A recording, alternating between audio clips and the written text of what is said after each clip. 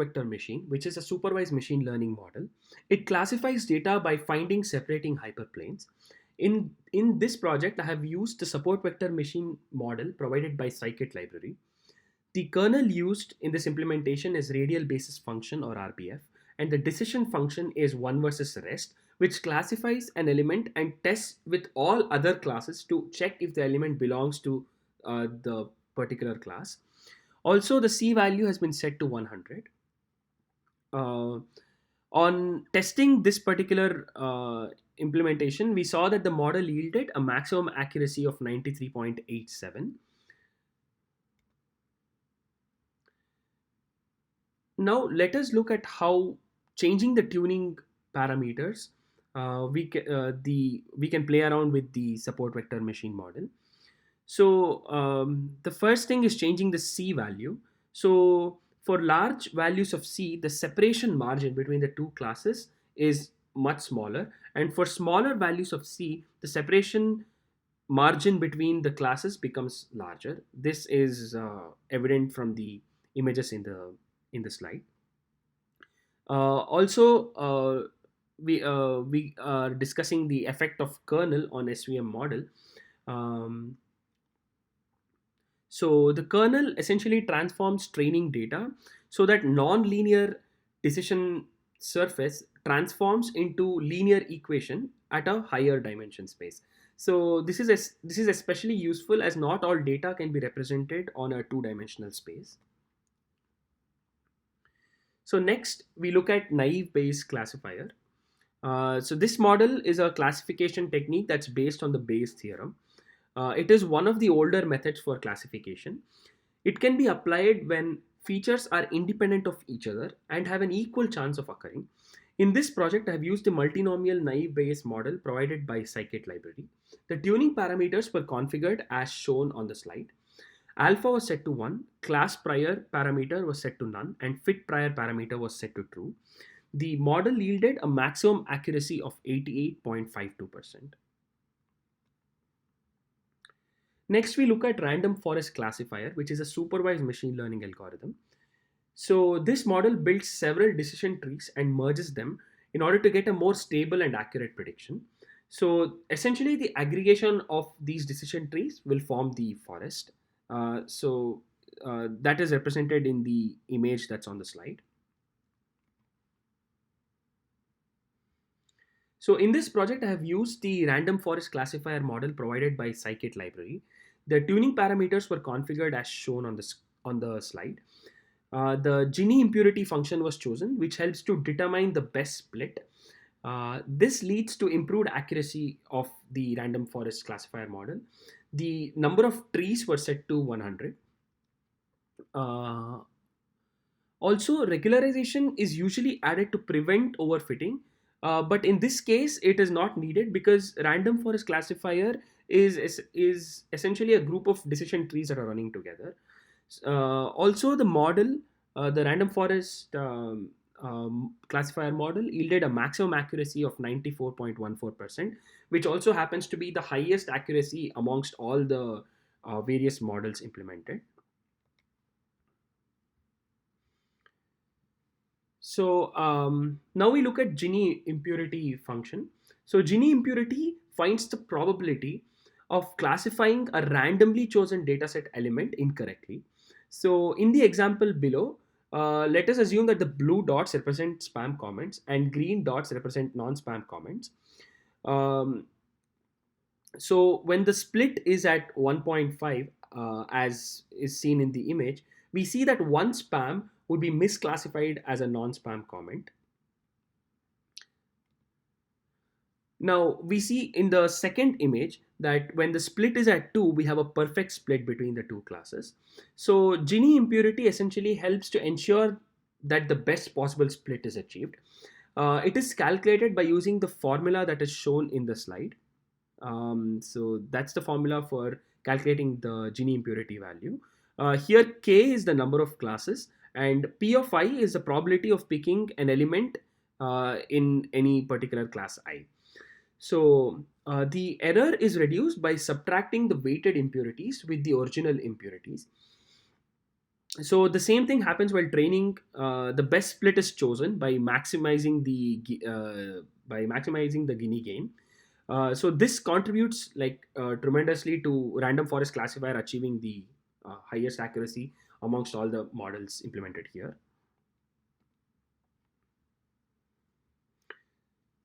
So next we look at multi-layer perceptron, essentially artificial neural networks. So this is a supervised machine learning model which works just like how a human brain works. It is comprised of a group of nodes which are called neurons. The inputs have weights and biases associated with them. This model has uh, basically three main parts, which are the input layer, the output layer, and the hidden layers. It is important to note that the weights are readjusted as the input passes through successive layers. So this is a linear model. So as the input passes through successive layers, the weights are readjusted, which helps the model to learn during backpropagation. So the structure of a multi-layer perceptron is shown in the slide.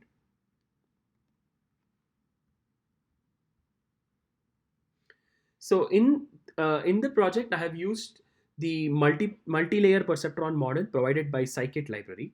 The tuning parameters were configured as shown on the screen. So four hidden layers with 20 nodes each, and the Adam optimizer was used, uh, and the maximum iteration count was set to 5,000. So this model yielded a maximum accuracy of 92.6%. So in this model, on each iteration, the weights are reassigned as I spoke about in the previous slide. The weights are reassigned to the nodes on every single iteration, and the neural network will learn through back propagation. So back propagation essentially means that the weights are regularly readjusted in order to reduce the error in classification. So back propagation essentially means that. Go ahead and do a quick code walkthrough. So I have implemented this project in Python. So the first block, we can see that I've imported all the libraries that are needed. So uh, for the machine learning models and for feature extraction, I've used functions and models taken from scikit-learn. So all the required ones I've imported right here. Then the first step of the implementation would be to get the data set. The data set I have used is taken from the UCI machine learning repository. It contains 5 CSV files with a total of 1956 comments. So these are the particular files right here. So the first step is to take all these CSV files and then append their contents into one single array, which is that is the data array right here. So this is an example of how that looks. So this is how the data looks. So it has the comment ID, it has the name of the author who made the comment, the date on which the comment was posted, and also the content of the comment itself, and then a class column. Here, a value of 1 in the class column for a comment would indicate that's a spam comment, and if the value is 0, it indicates that that particular comment is been manually marked as not spam. So like this class value is like essentially like telling if a comment is spam or not, and it has been done manually for this data set. So the next thing that I have done here is I'm just checking if to show how many spam comments are there and how many non-spam comments are there. So here you can see that like on getting the value count, you can see that there are 1005 spam comments and 951 non-spam comments. So the next step is cleaning the data set.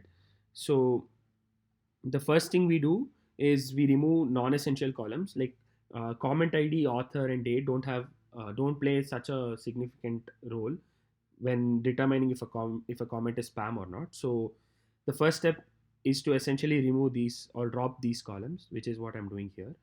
So once these columns are dropped, you can see here that there are only two columns left in the data. So that's the content column and the class. So next I've written a function for cleaning the data. So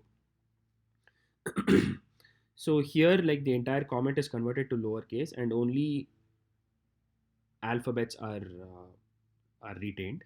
So essentially this should convert all the characters to lowercase and then remove all special characters punctuations, numbers, all of those things are removed right here. So the entire data set is passed into this particular function, and then each comment, like one by one, it's processed, and then like it's put under a different column called processed. So as you can see here in the, if you look at the first example, there's a comma here, and if you see in the processed comment, there's no comma, there's no number, there's no special character. So that's essentially what is happening here, that transformation is happening here. So once we get the processed comment, we no longer have requirement for the original content. So we just go ahead and drop the original content column from the data. So once this is done, we can see that the final data set looks something like this. So there's the class column indicating whether the comment is a spam comment or not. And then there's the processed comment that we have got right now. So the next step is to split the data set into training set and testing set. So to do this, the train test split, which is part of the scikit library, is used. And this is an example of how the the trainings data looks like. So something how it looks like. Then the count vectorizer function is called next.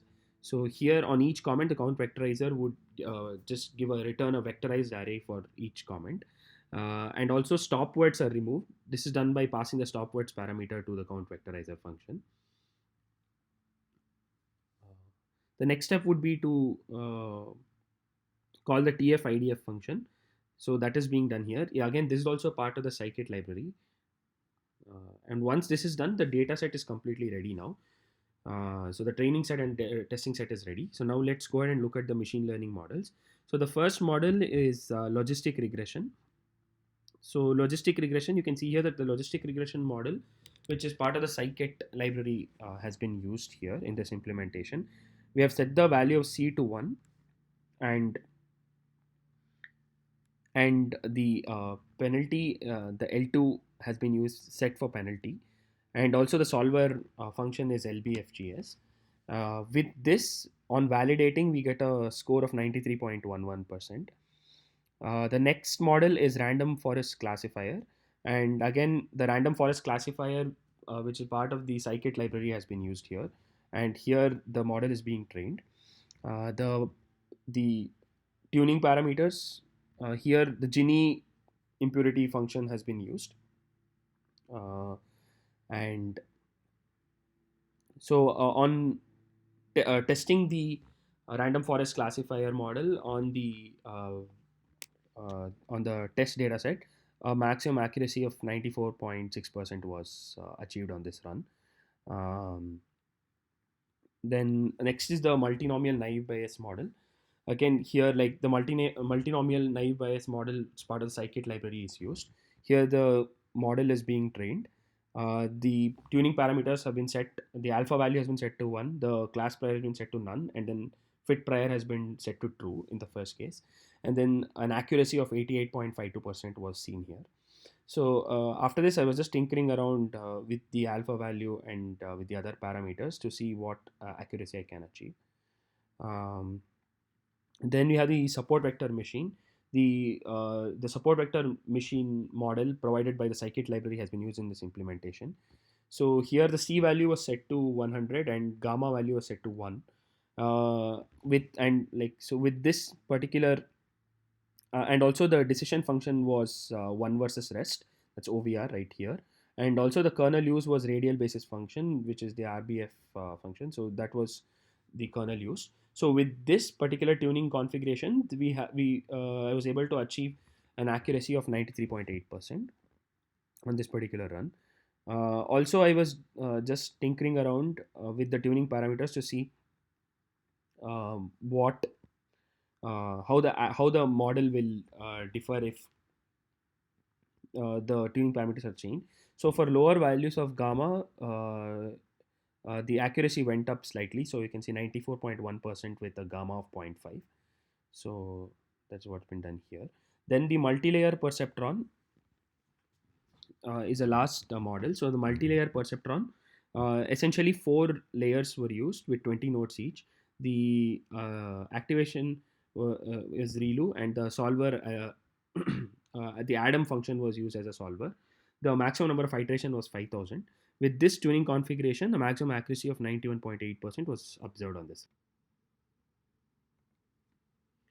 So, to conclude, let us quickly go through what all we discussed in this presentation, and also what all I was able to learn and do as part of this project.